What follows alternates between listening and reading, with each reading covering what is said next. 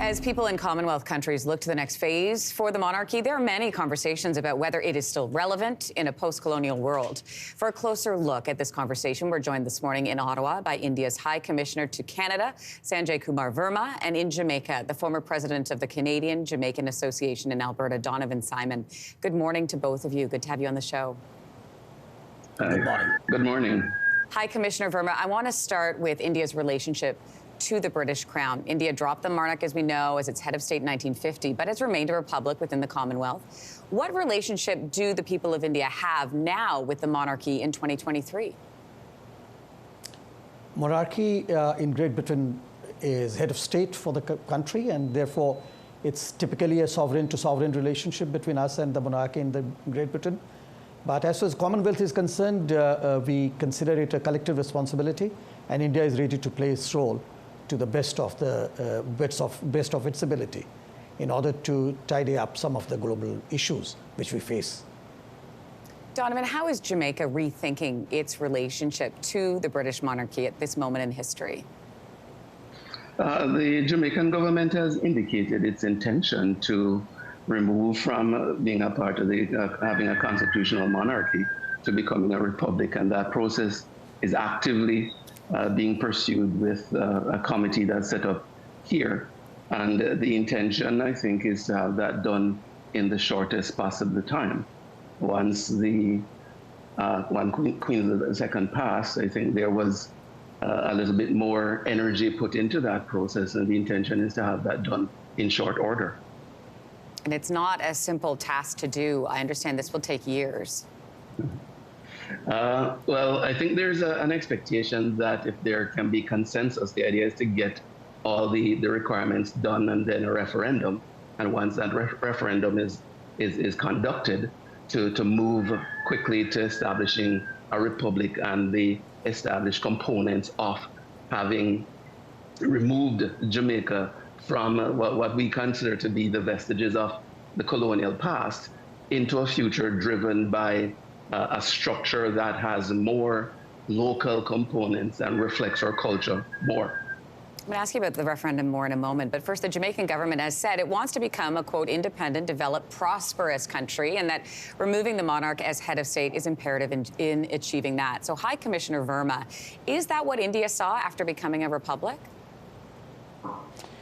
Yes, we wanted to sort of disconnect ourselves with the colonial rulers in order to develop according to the wishes of the people of India and not through an external interference in India's domestic politics and socio-economic development, although being a responsible global citizen, a responsible global partner in various issues.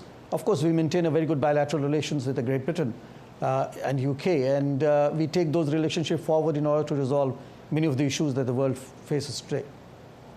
Jamaican Prime Minister Andrew Holness says he fully intends to start taking Jamaica down the road to becoming a republic, but he did say there will be, as you mentioned, Donovan, a need for a referendum on the subject. Do you expect most Jamaicans will support the idea of removing the monarch as head of state?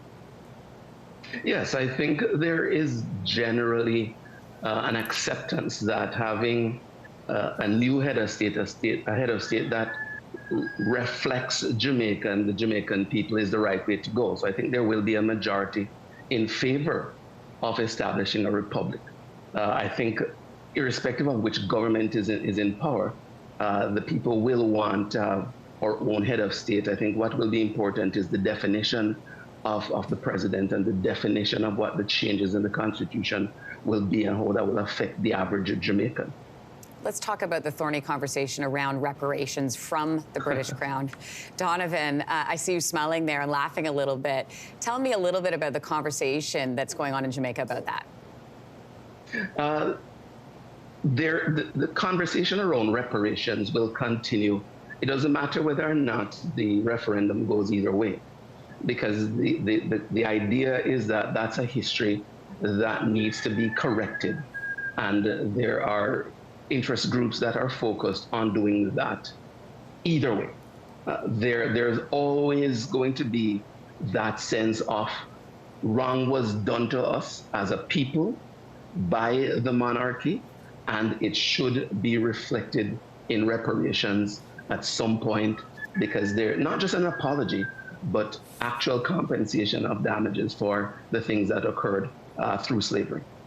High Commissioner Verma, I want to ask the same of you about reparations and what that conversation looks like in India.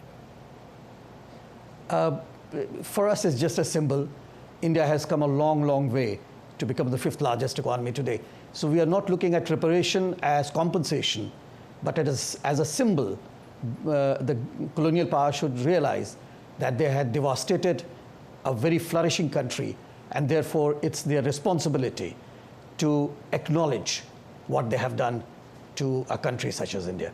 Do you expect that to happen? The symbolism we see in various conversations coming up, and as long as that acknowledgement is there, we are fine with that. High Commissioner Verma, Donovan, Simon, important conversations to have this morning. Thank you both. You're very welcome. Thank you. Thank you. Hey, thanks for watching. If you liked this, be sure to subscribe here, or you can check out more Your Morning videos right here.